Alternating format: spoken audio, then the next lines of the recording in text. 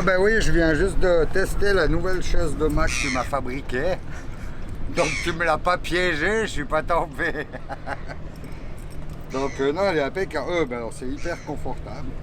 Alors j'ai juste été prendre les mesures de la pièce qu'on a à disposition en tête de main pour fixer le Jennaker.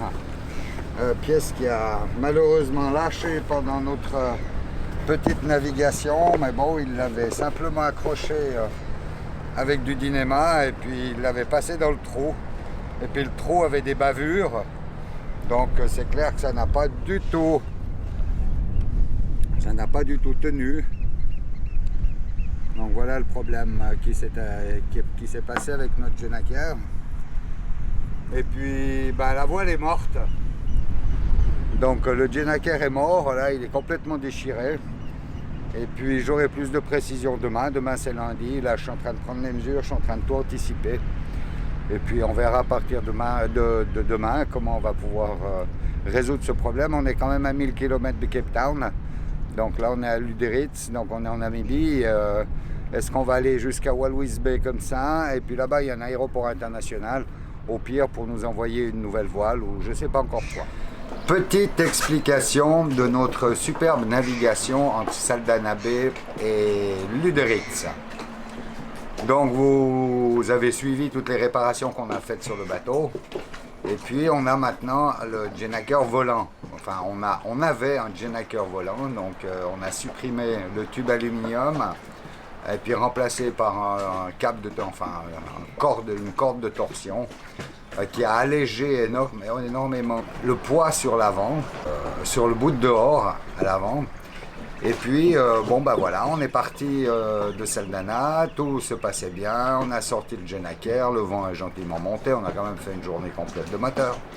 Le vent est monté, on a eu du 20 nœuds, joli, établi, on était pratiquement plein cul, au 160, 170 degrés, 170, pardon. Donc simplement sous Jennaker, ça avançait très très bien. Et puis on entend un gros boom. Boum, ok, qu'est-ce que c'est, qu'est-ce qui se passe? Et puis le temps de sortir, le temps d'aller voir, eh bien le Jennaker était descendu d'un bon mètre. Et puis il volait dans tous les sens, et puis le boom, ça a dû être la déchirure du Jennaker. Il a éclaté là à ce moment-là. Il s'est déchiré, et puis après on est remonté un petit peu au vent. Pour le récupérer sur le pont, tant bien que mal, c'était relativement stressant. Corinne, je pense qu'elle a... C'était horrible. C'était horrible, voilà. C'est ma pire dernière angoisse. Jusqu'à la prochaine. Ouais. Donc on l'a récupéré sur le pont, et puis maintenant qu'on vient de passer 24 heures à Lüderitz, je viens de monter en tête de mât ce matin, et puis vous voyez les images, donc ce qui s'est passé, ça n'a pas été fait de la façon qu'il aurait fallu. Et puis il y a une petite erreur de montage, et puis qu'on va réparer maintenant avec la société qui a fait le travail. J'attends de ces nouvelles demain, et puis on va voir de quelle façon on peut procéder pour réparer ça. Voilà, donc le Jennaker est mort, et puis vive la suite de la navigation. Bon, je veux plus vivre ça de ma vie. C'était affreux. Je me mets pas face à la caméra parce que je suis trop démoralisée. D'accord? C'est de ta faute tout ça. Oui, c'est de ma faute, mon amour. Pourquoi tu m'as emmené dans un voyage de merde comme ça? Pourquoi tu as accepté de me suivre? J'en sais rien. C'est beau l'amour quand même. Oh mon Dieu.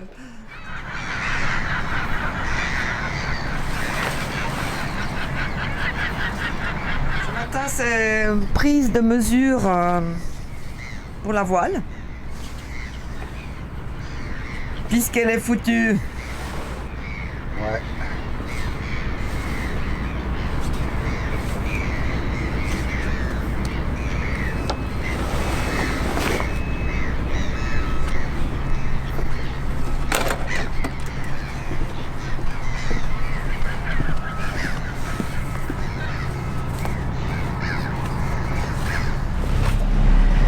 Bon, et bien maintenant, c'est mon tour de parler de ce que j'ai ressenti quand on a eu ce problème avec notre Genneker.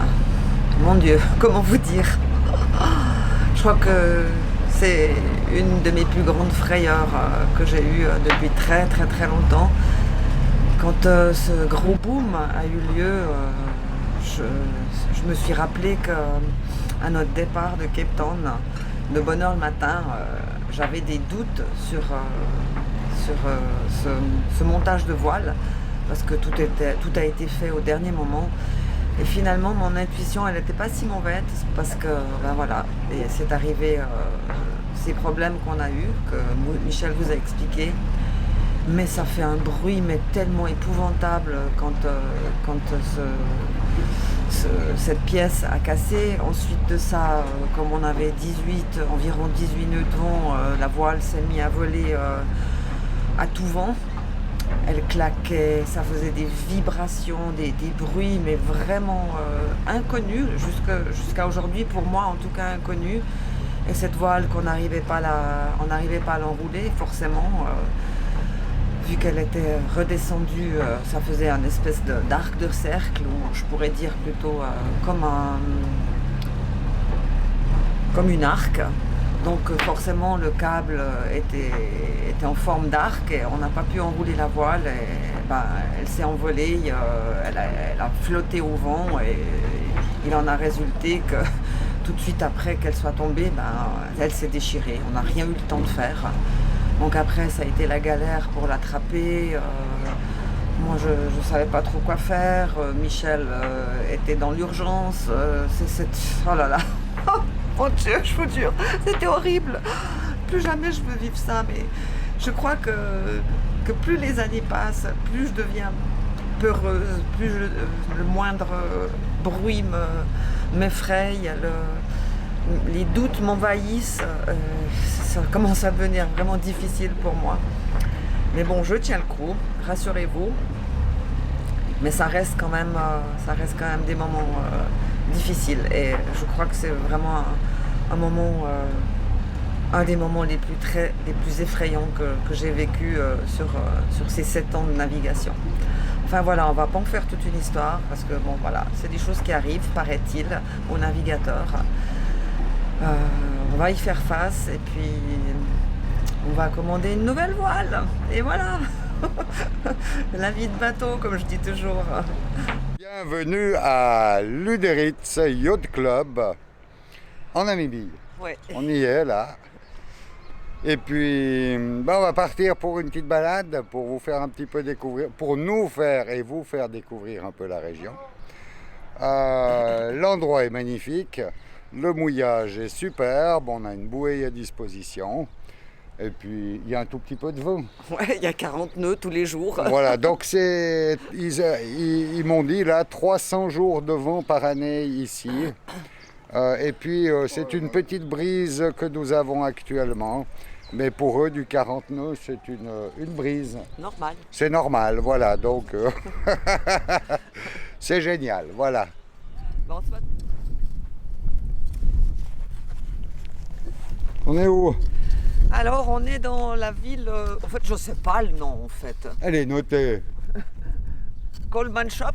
Kolmanskop. Skop. Kolmanskop. Donc, c'est une vieille ville qui a été abandonnée par des miniers, qui date des années 1900. Donc, on va visiter ça. Allez, c'est parti. Donc, ce qu'il faut dire, c'est que si je tourne un peu la caméra, là, c'est toujours en activité. Donc là, ils sont toujours en train de rechercher des diamants. Et puis ça, c'est l'ancienne ville minière, voilà. Voici quelques explications sur cette mine de diamants.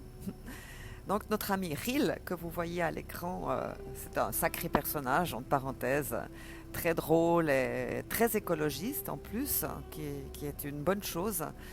Donc lui nous racontait qu'il avait vécu dans cette ville minière, avec ses parents dans les années 50. Donc la ville a fermé en 1952. Mais avant ça, il a vécu quelques années dans sa petite enfance dans cette ville avec ses parents qui, eux, ont émigré depuis l'Allemagne pour venir essayer de trouver des diamants. Donc voilà la petite explication. Et moi, je m'étais un petit peu renseignée qu'est-ce que Wikipédia pouvait dire sur ce site. Et donc, il disait que l'eau était amenée par un pipeline qui venait de Cape Town, c'est-à-dire à 1000 km de cette ville qui se situe dans le désert. Et il nous a dit, mais c'est pas vrai, tout ça c'est des conneries. L'eau venait à 100 km de cette ville par un pipeline, bien entendu, mais ça venait de Namibi, cette eau. Et puis bon, ben voilà, après, il nous a raconté tellement d'histoires que j'ai la peine à me rappeler de toute son enfance dans ce village. Mais enfin, je vais vous laisser découvrir avec nous ce magnifique site très emblématique. Allez, bonne visite!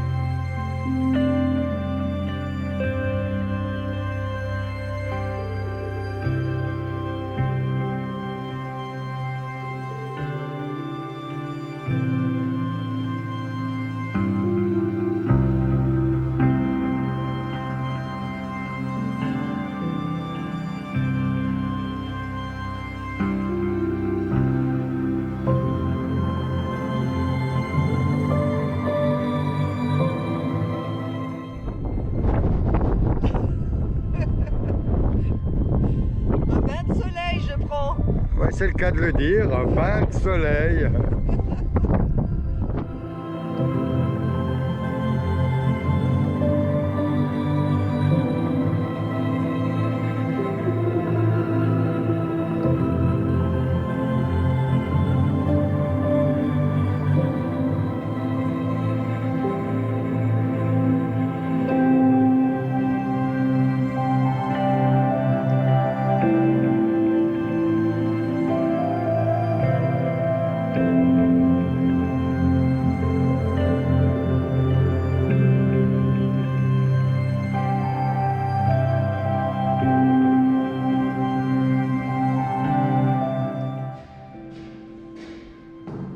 C'est l'heure du bain. Tu dois te baigner? Ouais, tu dois te baigner. Oh, la belle baignoire! Yes! Elle est bien celle-là. Il y a la place là. Ouais. Passe à deux là. En tout en marbre. Ouais, Non, ça c'était le mec qui était riche. Hein. ouais. Carrelage.